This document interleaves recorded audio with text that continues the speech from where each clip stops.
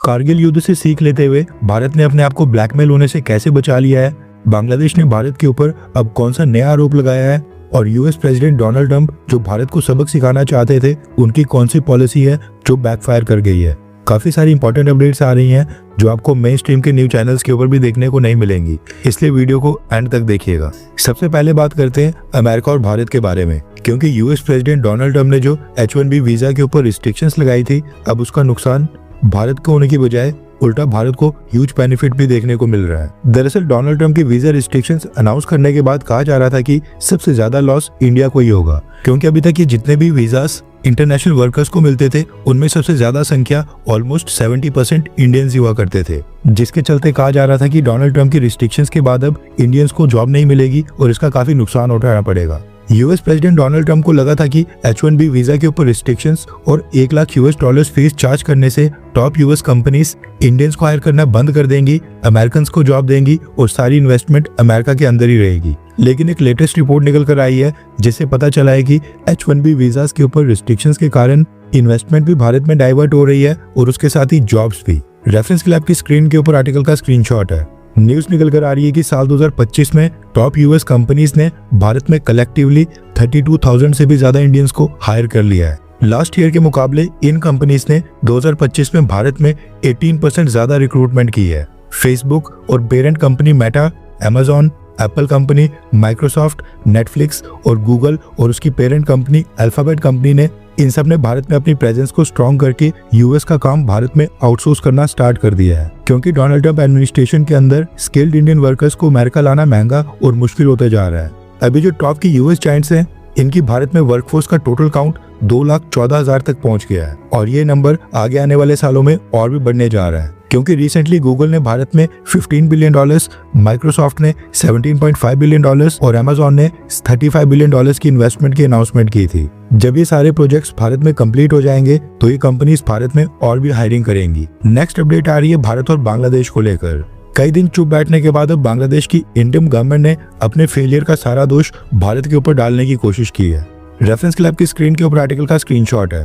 Bangladesh police ने कहा है कि रिसेंटली जो उस्मान हादी नाम के स्टूडेंट लीडर की असैसिनेशन हुई थी, उस हमले में जो 2 प्राइम सस्पेक्ट थे वो बॉर्डर क्रॉस करके भारत की सीमा में एंटर हो गए हैं। ढाका मेट्रोपॉलिटन पुलिस ने आज प्रेस कॉन्फ्रेंस करके कहा कि ये जो दोनों यानी कि 2 प्राइम सस्पेक्ट हैं, ये हालवाघाट बॉर्डर से होते हुए मेघालय स्टेट की मायमनसिंह डिस्ट्रिक्ट में एंटर हुए थे। बांग्लादेश पुलिस ने इनके नाम फैजल करीम मसूद और आलमगीर शेख बताए हैं। बांग्लादेश पुलिस ने यह भी बताया है कि भारत की सीमा में एंटर होने के बाद इन दोनों सस्पेक्ट्स को रिसीव करने पूर्ति नाम का एक व्यक्ति आया था, जिसके बाद ये सामी नाम के व्यक्ति के साथ मेघालय की तुरा सिटी चले गए थे और ये जो पूर्ति और सामी नाम के व्यक्ति हैं, ये इंडियन अथॉरिटीज द्वारा अरेस्ट कर लिए गए हैं। बांग्लादेश पुलिस ने कहा है कि हम भारत के साथ कांटेक्ट में हैं और कोशिश करेंगे कि उस्मान हादी की हत्या में ये जो दोनों प्राइम सस्पेक्ट्स हैं, फैजल करीम मसूद और आलमगीर शेख, इनको वापस से बांग्लादेश लाया जाए। अब ये चीज बांग्लादेश पुलिस ने स्पेशली आज प्रेस कॉन्फ्रेंस करके बताई है। हालांकि अभी तक जब ये वीडियो रिकॉर्ड हो रही है, भारत की सरकार ने इसके ऊपर कोई स्टेटमेंट नहीं दी है। मसला ये है कि बांग्लादेश की इंटरिम गवर्नमेंट, बांग्लादेश पुलिस और प्रोफेसर मोहम्मद यूनुस के ऊपर इस समय काफी प्रेशर डाला जा रहा है कि ये जल्द से जल्द उस्मान हादी के हत्यारों को अरेस्ट करें। उस्मान हादी की फैमिली तो ये भी बोल रही है कि इंटरिम गवर्नमेंट ने ही उस्मान हादी की हत्या करवाई है ताकि बांग्लादेश में इलेक्शंस को पोस्टपोन किया जा सके। और बाकी के स्टूडेंट लीडर्स यूनुस को धमकी दे चुके हैं कि अगर उस्मान हादी के हमलावर जल्द से जल्द नहीं पकड़े गए तो उनके खिलाफ भी लार्ज स्केल के ऊपर प्रोटेस्ट स्टार्ट कर दिए जाएंगे, यानी कि यूनुस को उठाने की कोशिश की जाएगी। अब स्टूडेंट प्रोटेस्टर्स ने इंटरिम गवर्नमेंट को आज 28 दिसंबर की डेडलाइन दी थी और आज ही बांग्लादेश पुलिस ने लोगों के सामने आकर ये अनाउंस कर दिया है कि उस्मान हादी के अटैकर्स भारत भाग गए हैं। इस अनाउंसमेंट को देखकर तो ऐसा लग रहा है कि एक बार फिर से सारा प्रेशर और लोगों का सारा गुस्सा और इस हमले का पूरा ब्लेम भारत के ऊपर डाइवर्ट करने की कोशिश की जा रही है और ये दिखाया जा रहा है कि भारत उस्मान हादी के अटैकर्स को प्रोटेक्ट कर रहा है। अब इसमें क्या सच्चाई और क्या नहीं, वो तो खैर तभी पता चलेगा जब भारत के विदेश मंत्रालय की कोई स्टेटमेंट आती है, लेकिन बांग्लादेश पुलिस ने एक बार फिर से सारा दोष भारत के ऊपर डाल दिया है। नेक्स्ट अपडेट आ रही है भारत में पेट्रोल पंप के नेटवर्क्स को लेकर। रेफरेंस के लिए आपकी स्क्रीन के ऊपर आर्टिकल का स्क्रीनशॉट है। न्यूज निकल कर आ रही है कि भारत में पेट्रोल पंप की संख्या 1 लाख को क्रॉस कर गई है। टू बी प्रिसाइज, आज के समय भारत में 1,266,000 पेट्रोल पंप एक्टिव हो गए हैं, जिनमें सबसे ज्यादा संख्या है इंडियन ऑयल कॉर्पोरेशन के 41,600 पेट्रोल पंप। उसके बाद भारत पेट्रोलियम कॉर्पोरेशन लिमिटेड के 24,600 पेट्रोल पंप हैं। तीसरे नंबर पर हिंदुस्तान पेट्रोलियम के 24,400 पेट्रोल पंप्स हैं। फोर्थ के ऊपर प्राइवेट नायरा एनर्जीज के 6,900 पेट्रोल पंप्स हैं। फिफ्थ के ऊपर रिलायंस के 2,100, सिक्स्थ के ऊपर शेल कंपनी के 340 और अदर्स के 198 पेट्रोल पंप हैं। पेट्रोल पंप्स के मामले में भारत का रैंक पूरी दुनिया में थर्ड है। इसके साथ ही दुनिया में सबसे ज्यादा पेट्रोल पंप्स हैं अमेरिका में, सेकंड के ऊपर चाइना में और तीसरे पर भारत है। ऐसा नहीं है कि भारत में अब नए पेट्रोल पंप्स खुलने की स्पीड कम हो रही है। रिपोर्ट्स के अकॉर्डिंग पिछले 10 सालों में भारत में पेट्रोल पंप्स की संख्या डबल हुई है और जिस स्पीड से अभी भी पेट्रोल पंप भारत में खुल रहे हैं और उसके साथ साथ पेट्रोल और डीजल गाड़ियों की जिस स्पीड से भारत में सेल हो रही है, उसको देखकर तो आगे लगता है कि भारत में पेट्रोल पंप्स की संख्या इसी तरह से आगे भी बढ़ती रहेगी। वैसे आपके घर के आसपास क्या कोई पेट्रोल पंप है? हाँ या फिर ना, नीचे कमेंट करके जरूर बताएं। नेक्स्ट अपडेट आ रही है भारतीय सेना को लेकर और ये वाकई में बहुत ही बड़ी गुड न्यूज है, क्योंकि अब हमको अमेरिका, फ्रांस, रशिया इनमें से किसी भी देश के ऊपर निर्भर नहीं होना पड़ेगा। कोई भी इमरजेंसी के समय हमें ब्लैकमेल नहीं कर पाएगा। अब ये क्यों भारत के लिए एक बहुत ही बड़ी अचीवमेंट है, वो समझने से पहले आपको ये पता होना चाहिए कि एम्युनिशन का क्या मतलब होता है। सिंपल भाषा में बोलें तो वो सारी आइटम्स जो अलग अलग वेपन्स को फायर करने, ब्लास्ट करने, स्ट्राइक करने या फिर एनिमी के टारगेट को डिस्ट्रॉय करने के काम आती हैं, उनको एम्युनिशन कहा जाता है।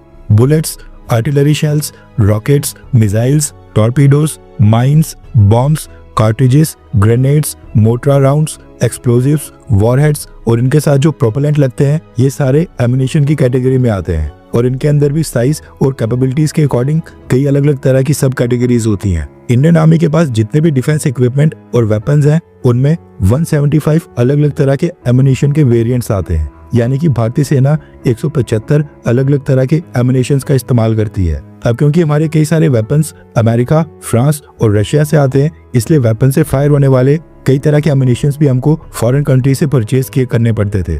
लेकिन पिछले कुछ सालों से आत्मनिर्भर कैंपेन के चलते इनको भी मेक इन इंडिया के तहत भारत में बनाने की कोशिश की जा रही थी और न्यूज निकल कर आ रही है कि इस दिशा में भारत को बहुत ही ह्यूज सक्सेस मिल गई है।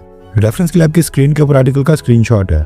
न्यूज निकल कर आ रही है कि 175 एम्युनिशंस में से 159 एम्युनिशंस को भारत ने इंडिजिनाइज कर दिया है। 159 एम्युनिशंस को अब हम मेक इन इंडिया के तहत भारत में मैन्युफैक्चर कर रहे हैं। परसेंटेज टर्म्स में भारतीय सेना का 91% एम्युनिशन अब देश के अंदर ही मैन्युफैक्चर हो रहा है।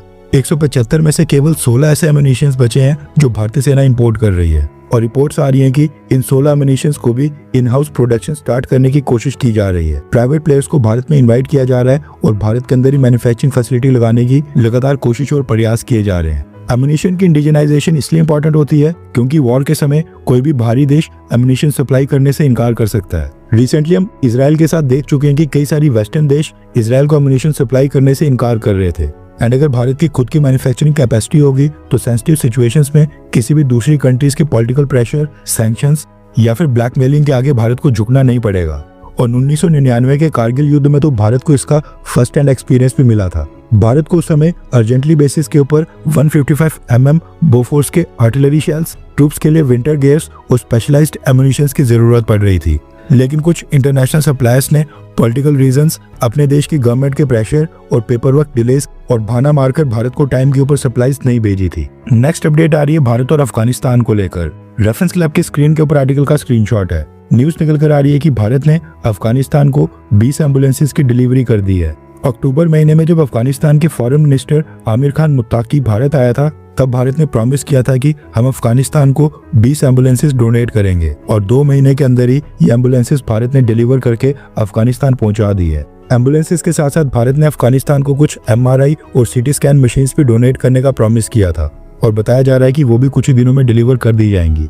इसके अलावा भी भारत अफगानिस्तान के हेल्थ केयर सिस्टम को मजबूत करने में काफी मदद कर रहा है। कभी हम मेडिसिन, कभी वैक्सीन तो कभी प्रोस्थेटिक लिम्स डोनेट कर देते हैं। इनकी वजह से भारत और अफगानिस्तान के पीपल टू पीपल टाइज काफी मजबूत होते दिखाई दे रहे हैं और अफगानिस्तान के आम लोगों में, इवन तालिबान रजीम के अंदर भी भारत के लिए गुडविल काफी स्ट्रांग हो रहा है।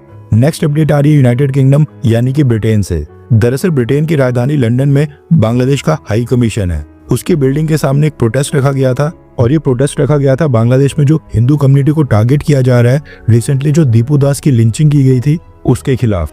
बांग्लादेशी हिंदू और ब्रिटिश हिंदूज ने इस प्रोटेस्ट की कॉल दी थी और बांग्लादेश हाई कमीशन के सामने प्रोटेस्ट करने, हिंदू कम्युनिटी को सिक्योरिटी प्रोवाइड करने की मांग की जा रही थी। लेकिन न्यूज निकल कर आ रही है कि खालिस्तानी एलिमेंट्स और सिख फॉर जस्टिस के खालिस्तानी सपोर्टर्स ये भी बांग्लादेश हाई कमीशन के बाहर आ गए थे और इन हिंदू प्रोटेस्टर्स के साथ क्लैशेस करने की कोशिश कर रहे थे।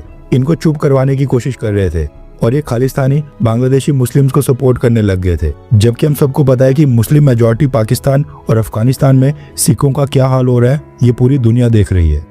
हर 24 घंटे के अंदर जियोपॉलिटिक्स में बड़े फेरबदलाव और उलटफेर हो रहे हैं और भारत के लिए नए चैलेंजेस आ रहे हैं। कोई देश अपने फैसले से पलट रहा है तो कोई देश ब्लैकमेलिंग के ऊपर उतर आया है। सभी देश एक दूसरे को नीचे लगाने की कोशिश कर रहे हैं। इन सब के बीच हमारा भारत किसी भी देश से पीछे न रह जाए, इसके लिए मोदी सरकार लगातार कोशिशें कर रही है। एंड भारत की foreign policy, defence news, economy और ग्लोबल अफेयर्स का सही एनालिसिस हमारे चैनल इंडियन अफेयर्स का मिशन है और ये मिशन आपके सपोर्ट के बिना अधूरा है। इंडियन अफेयर्स हिंदी के ऊपर हम सभी फैक्ट्स और डेटा बिल्कुल सरल भाषा में एनालाइज करते हैं, बिना किसी एजेंडा के। अगर आप चाहते हैं कि इंडियन अफेयर्स का सही और ऑथेंटिक एनालिसिस आप तक लगातार पहुंचे तो इस वीडियो को लाइक करें और हमारे चैनल इंडियन अफेयर्स को सब्सक्राइब करके बेल नोटिफिकेशन ऑन करना मत भूलिए। आपका एक लाइक हमारे चैनल को ग्रो करने में काफी मदद करेगा और एक सब्सक्राइब ये सुनिश्चित करेगा कि आप किसी भी इंपॉर्टेंट अपडेट को मिस ना करें। अगर आपने हमारे चैनल को पहले से सब्सक्राइब किया है तो दिल से धन्यवाद। जय हिंद, वंदे मातरम।